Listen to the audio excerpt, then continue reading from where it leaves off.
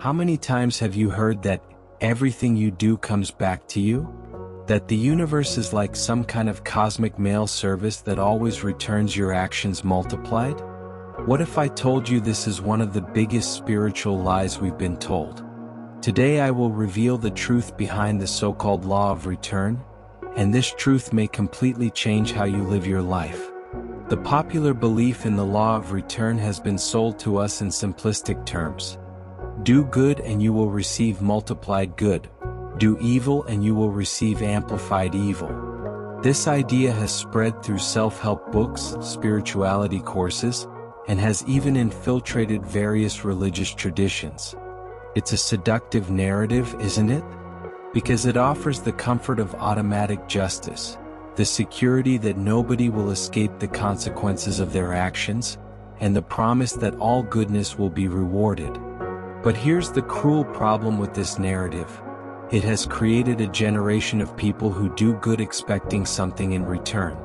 People who smile while calculating future benefits, who help others as if making a deposit in a cosmic savings account. And worse, it has created people who, when going through deep suffering, blame themselves incessantly, believing they're paying for past mistakes, often from past lives they can't even remember. This belief generates guilt, fear, and ironically makes us passive in facing life, waiting for the universe to do for us what only we can do for ourselves. The truth nobody has the courage to tell is that the universe doesn't work like a punishment and reward machine. Reality is much more complex and much more liberating.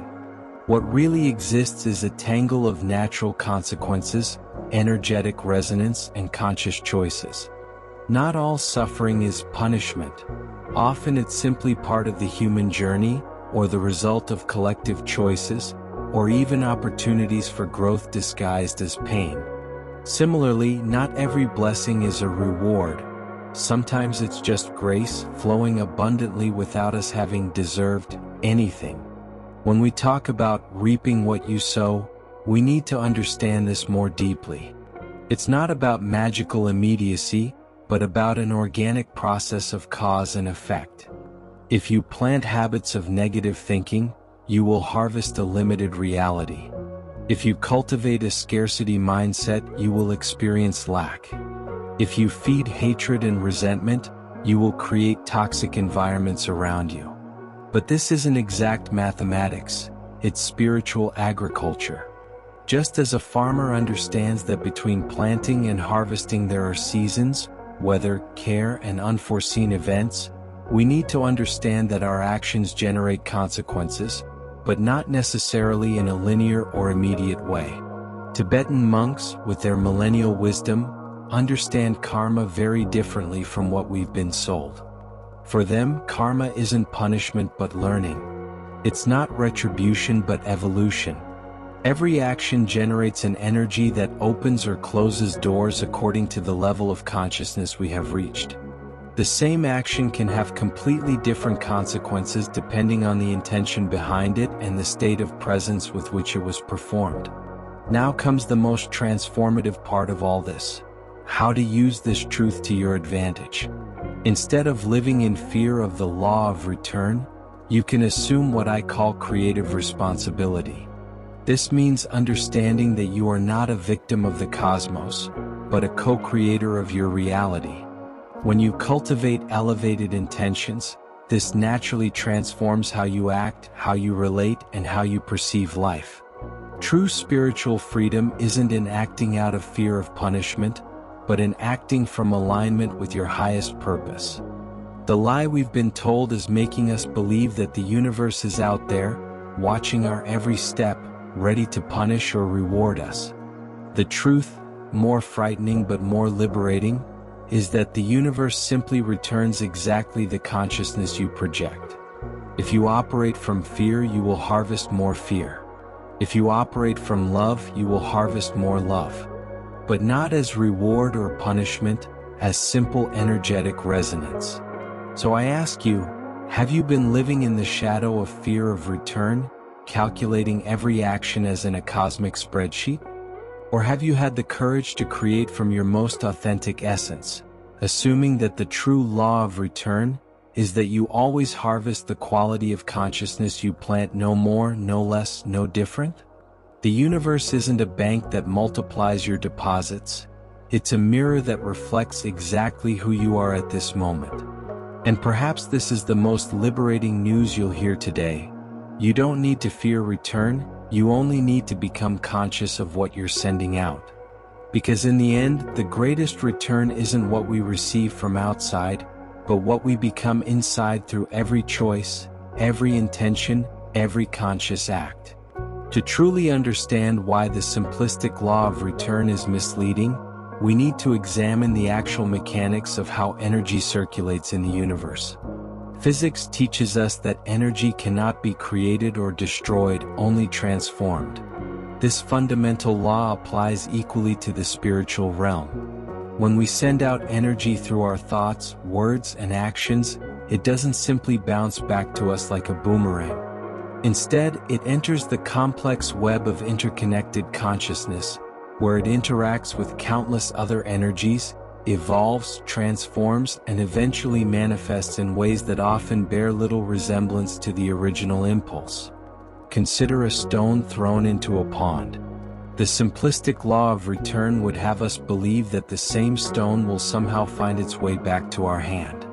In reality, the stone creates ripples that travel outward, interact with the shore, with other ripples, with objects in the water, and transform the entire pond in ways that cannot be predicted or traced back to a simple cause-effect relationship.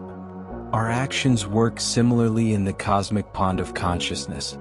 The modern conception of the law of return represents a significant distortion of ancient wisdom traditions. In Eastern philosophies, the concept of karma was never meant to be a system of cosmic justice. The original Sanskrit word karma simply means action. The Buddha himself explicitly taught against interpreting karma as fate or deterministic retribution. He emphasized that while our actions have consequences, these are modified by numerous factors including intention, circumstances, and subsequent actions.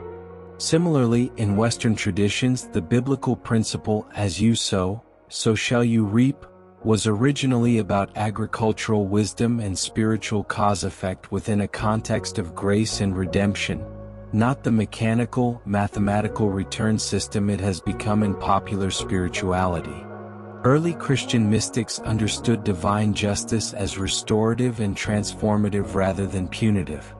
The psychological consequences of believing in a simplistic law of return are profound and often damaging. This belief creates what psychologists call magical thinking, the assumption that our thoughts and actions can directly control events in ways that defy normal laws of cause and effect. While this might provide temporary comfort, it ultimately leads to spiritual bypassing, where we avoid dealing with real-world problems by attributing them to cosmic justice systems.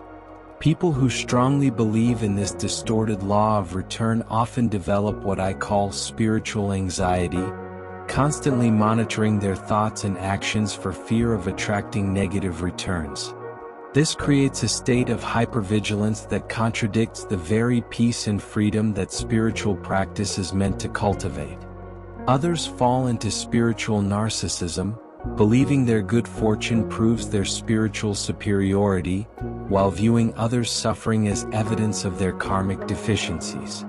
Rather than the mechanical law of return, I propose a more nuanced understanding based on three key principles: resonance, transformation, and emergence. The principle of resonance suggests that we attract experiences that match our dominant vibrational state. This isn't about punishment or reward, but about like attracting like. If we operate from fear, we resonate with fearful experiences. If we operate from love, we resonate with loving experiences. The universe acts as an amplifying mirror, showing us what we need to see about our inner state. The principle of transformation recognizes that energy evolves as it moves through the cosmic web. The energy we put out interacts with other energies, with collective consciousness, with archetypal patterns, and transforms in ways we cannot predict or control. An action performed with pure intention might catalyze transformations in completely unexpected areas of our lives or the lives of others. The principle of emergence acknowledges that from the complex interaction of countless energies, new patterns emerge that cannot be reduced to simple cause-effect relationships. Our lives are not linear sequences of action and reaction, but complex, emergent phenomena where small actions can have disproportionate effects, and large efforts might yield minimal visible results, all while contributing to our soul's evolution in ways we may never fully comprehend. Understanding these principles frees us from the anxiety of cosmic accounting and empowers us to focus on what truly matters: the quality of our consciousness in each moment. Instead of asking, "What will I get back from this?" we can ask, "Who am I becoming through this?" This shift from external calculation to internal transformation represents the essence of mature spirituality. When we release the need for cosmic justice and embrace creative responsibility, we step into our true power as conscious co-creators. We begin to understand that the most important return isn't what happens to us, but what happens within us. Every moment becomes an opportunity to choose our state of consciousness, to align with love rather than fear, to act from authenticity rather than calculation. This doesn't mean abandoning ethics or consequences, quite the opposite. It means embracing a deeper ethical framework based on conscious choice rather than fear of punishment. It means understanding that our primary relationship isn't with some external cosmic judge, but with our own evolving consciousness. The real law at work is that consciousness shapes experience. As we elevate our consciousness, we naturally create more harmonious, fulfilling experiences, not because the universe rewards us, but because we become capable of perceiving and co-creating greater harmony. Suffering becomes not punishment but feedback, guiding us toward greater awareness and alignment. So the next time you hear someone talk about the law of return, remember this: the only thing that truly returns to you is the opportunity to become more conscious. The universe isn't keeping score, it's inviting evolution. Your power lies not in manipulating cosmic accounting, but in embracing the ongoing transformation of your consciousness. This is the real secret behind all spiritual laws. They're not rules to obey but principles to understand and embody.